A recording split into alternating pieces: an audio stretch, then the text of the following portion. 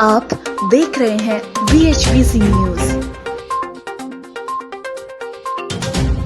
नमस्कार, स्वागत है आपका। मेरा नाम है विपिन बेबाक। मेरे साथ मेरे सहयोगी शादाब रिजवी। धन्यवाद। अमेरिका के राष्ट्रपति डोनाल्ड ट्रंप के यूसैट को लेकर दिए गए दावे के बाद भारत की राजनीति में भूचाल आया हुआ है। ताजा घटनाक्रम में कांग्रेस नेता पवन खेड़ा ने शनिवार को सत्ताधारी दल भारतीय जनता पार्टी और प्रधानमंत्री नरेंद्र मोदी पर निशाना साधा है और सवाल पूछा है कि पीएम मोदी ये बताएं कि अमेरिका से 21 मिलियन डॉलर लिया या नहीं। प्रेस कॉन्फ्रेंस के दौरान कांग्रेस नेता ने कहा कि डोनाल्ड ट्रंप ने कहा है कि 21 मिलियन डॉलर हमने अपने दोस्त नरेंद्र मोदी को दिया है। वोटर टर्न आउट बढ़ाने के लिए भारत को 21 मिलियन डॉलर दिया गया है। ये 21 मिलियन डॉलर कहाँ गए? क्या इस पैसे से वोटिंग टर्न आउट बढ़ जाता है? उन्होंने आगे कहा कि इंडियन एक्सप्रेस ने खुलासा किया है कि 21 मिलियन डॉलर भारत नहीं बल्कि बांग्लादेश गया। वॉशिंगटन पोस्ट की खबर है कि उनकी जांच में ऐसा कुछ नहीं मिला। 2001 से 2024 के बीच यूसैट से लगभग 113 करोड़ रुपए सालाना के हिसाब से पैसा भारत भेजा। इनमें से 44% मोदी सरकार के समय में आया है, करीब 40% कांग्रेस सरकार के समय आया है। इसमें से 1/4 रकम बीते 4 साल में आई है।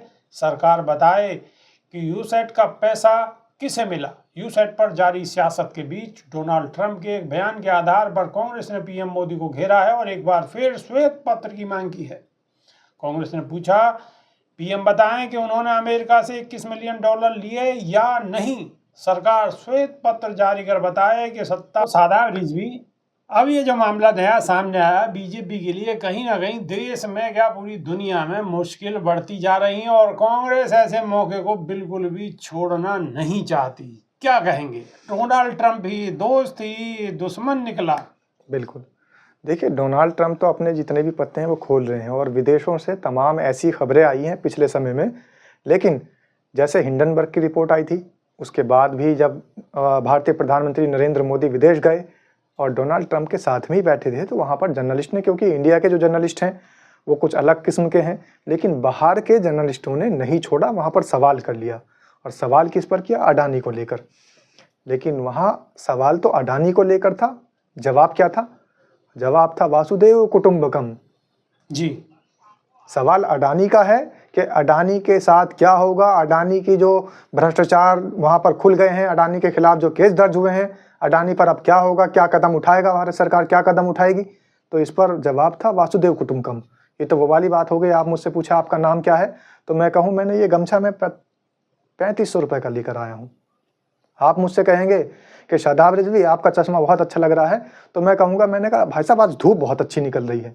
तो ये वो चीज़ें हो गई, सवाल कुछ और है, जवाब कुछ और है। इस तरीके से जैसे भारतीय प्रधानमंत्री चिकना घड़ा बन चुके हैं। इससे पहले जब हिंडनबर्ग की रिपोर्ट आई थी तब भी देश पर कुछ नहीं सब कांग्रेस ने सवाल उठाए थे, लेकिन देश के प्रधानमंत्री पर कोई फर्क नहीं पड़ा। मणिपुर में हिंसा की घटना हुई, हमारे देश का ही हिस्सा मणिपुर है, सारे विपक्षी दलों ने सवाल उठाए, यहाँ तक कि जनता में हाहाकार मचा, लेकिन हमारे देश के प्रधानमंत्री ने एक ट्वीट तक का नहीं किया। और जब उनके कोई आन मान की बात आ जाती है तब वो एक महिला खिलाड़ी के लिए भी ट्वीट कर देते हैं, क्योंकि उनको पता था कि पहलवानों के जो प्रदर्शन हुए थे उसमें वो शामिल थी। तो कहीं ना कहीं जानबूझकर चिकना घड़ा देश के प्रधानमंत्री अगर बने हुए हैं, तो कांग्रेस का ये सवाल उठाना, विपक्ष का ये सवाल उठाना, इन सब चीज़ों से कोई फर्क नहीं पड़ता है। आज कांग्रेस सवाल उठा रही है, विपक्षी पार्टी सवाल उठा रही है कि मोदी जी के दोस्त ने, मोदी जी के परम मित्र ने ये कहा है कि वोटिंग टर्नओवर के लिए उन्होंने यूसैट के जरिए जो पैसा लिया है उसका खुलासा हो चुका है।